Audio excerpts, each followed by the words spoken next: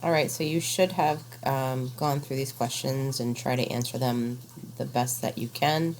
If you want to go through and have individuals read these questions out loud, and then I can go through them one at a time, and I'll say pause when you should go on and potentially read and discuss the next question. So I'm going to start with number 1, which is how many muscles make up the human muscular system? And I hope that you guys, maybe know this already because you've been reading, maybe did some guessing, but the number is about 600 or over 600 muscles. Some people say 604, but it's over 600 muscles in the body. So you can go ahead and pause. All right, so number 2, how many different types of muscle are found in the human body? Well, the answer to that is 3. We have 3 different types of muscle tissue. We have cardiac muscle tissue, which is found in the wall of the heart. We have smooth muscle tissue, which is found in the walls of hollow organs like the stomach, the intestines, the bladder, uterus. And then we have skeletal muscle, and that is our only voluntary muscle type that we have all throughout the body, and that is the most abundant muscle tissue type that we have. Go ahead and pause. All right, number 3, what is the difference between voluntary and involuntary muscles? Well, voluntary muscles we have conscious control over. So I have voluntary muscles. I'm choosing to talk right now. I'm choosing to move the mouse. So those are under conscious control or voluntary control. And then we have involuntary muscles, which are our cardiac muscle and smooth muscle that function under our autonomic nervous system, which means autonomic kind of sounds like automatic, and they just do what they do. Go ahead and pause. Okay, number 4, how do muscles work? Well, they work by sarcomeres contracting, which causes the muscle cell itself to contract, and then movement occurs. And that movement is, our skeletal muscles shorten and our bones move. It's our heart contracts and blood gets pumped throughout the body.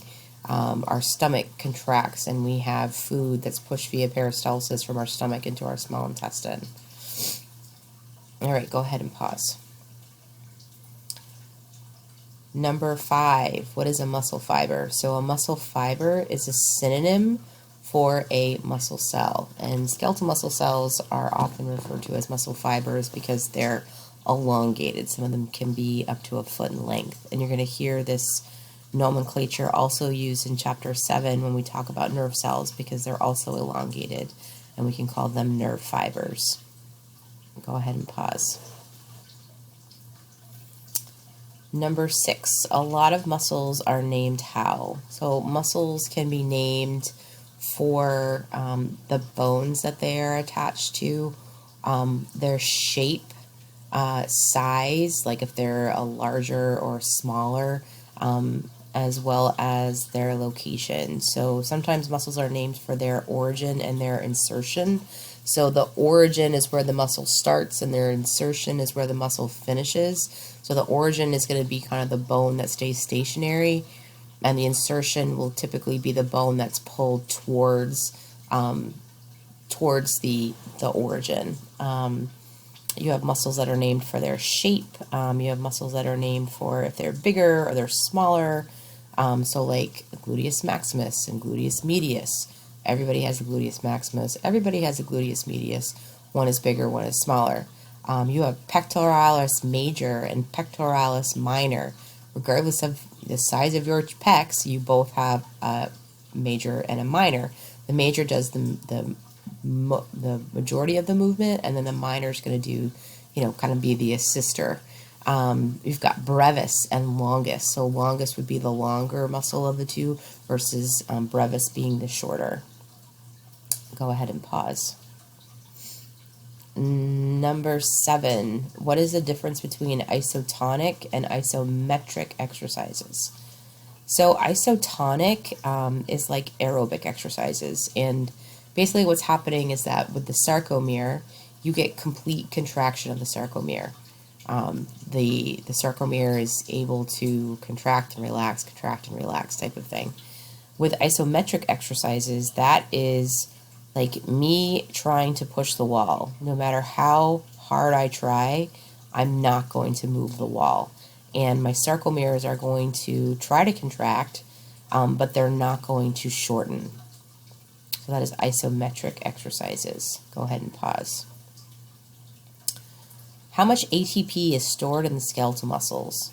So basically how much is, and I'm looking for this in the amount of time, like how much do you just kind of keep stored in your skeletal muscles in order to do work? And the answer is about 4 seconds worth of ATP. Basically enough to get you going, enough to get you off the couch and running.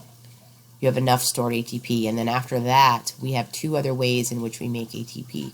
One is we phosphorylate ADP from creatine phosphate, and then the other is we have to make it, and we make it via 2 different ways. We make it under aerobic conditions, which is with oxygen, or we make it in anaerobic conditions, which is glycolysis. Go ahead and pause. Number 9, what are myofilaments and what cellular organelle are they? So myofilaments are part of the cytoskeleton, and we talked about how the cytoskeleton in chapter 3 was the organelle, that's the bones and muscles of the cell. Well, skeletal muscle cells are, their main job is movement, so their dominant organelle is going to be cytoskeleton, and specifically myofilaments, actin and myosin, are what combine together to make that sarcomere and end up causing contraction to occur. Go ahead and pause. Number 10, how do aerobic and resistance training affect muscles differently? All right. So aerobic training causes our muscles to develop better blood supply. And when muscles have a better blood supply, they have more blood flow. Shocking. And blood has oxygen, nutrients, lots of good stuff in there, which allows the muscles to have a better supply of oxygen so that they avoid going into anaerobic glycolysis. When we get into anaerobic glycolysis, we're burning a lot more glucose, but we're also producing lactic acid, which can cause muscle soreness, which can lead to muscle fatigue. Resistance training, so that's lifting weights, okay? You might think, well, our muscles get bigger. They do get bigger, but we don't gain more muscle cells. What you actually gain is more cytoskeleton. So you can be super dorky and look at somebody with, nice toned muscles and say, wow, you got a lot of cytoskeleton working there for you, okay?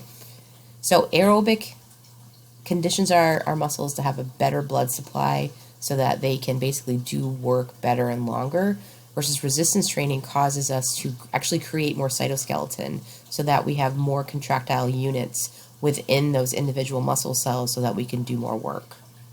When somebody has muscle tone, what's happening is that the muscle is actually really healthy and it's partially stimulated all the time so that they're ready to do their job. I can look at some of my muscles and say, well, there is no tone to them whatsoever, so they are not ready to do their job. Go ahead and pause. All right, 11, what is a motor unit?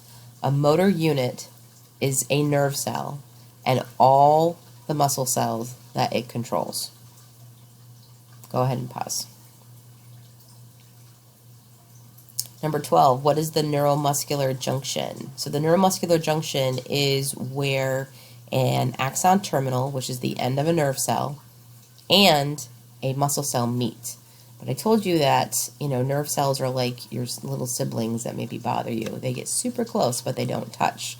And that's what happens with neuromuscular junctions. So you've got the end of a nerve cell, which is called an axon terminal, and the sarcolemma, or the plasma membrane of the muscle cell. They come really, really close, but they don't touch. And the space in between them is called the synaptic cleft, or the synapse. Go ahead and pause. Number 13, what is the sarcolemma? So the sarcolemma is actually the term for the plasma membrane of a skeletal muscle cell. Go ahead and pause. And then last but not least, number 14, what is the sarcoplasmic reticulum? Well, the sarcoplasmic reticulum sounds a lot like endoplasmic reticulum, and that's because it is. So the sarcoplasmic reticulum is the smooth endoplasmic reticulum in the skeletal muscle cell, and what it's dealing with is calcium.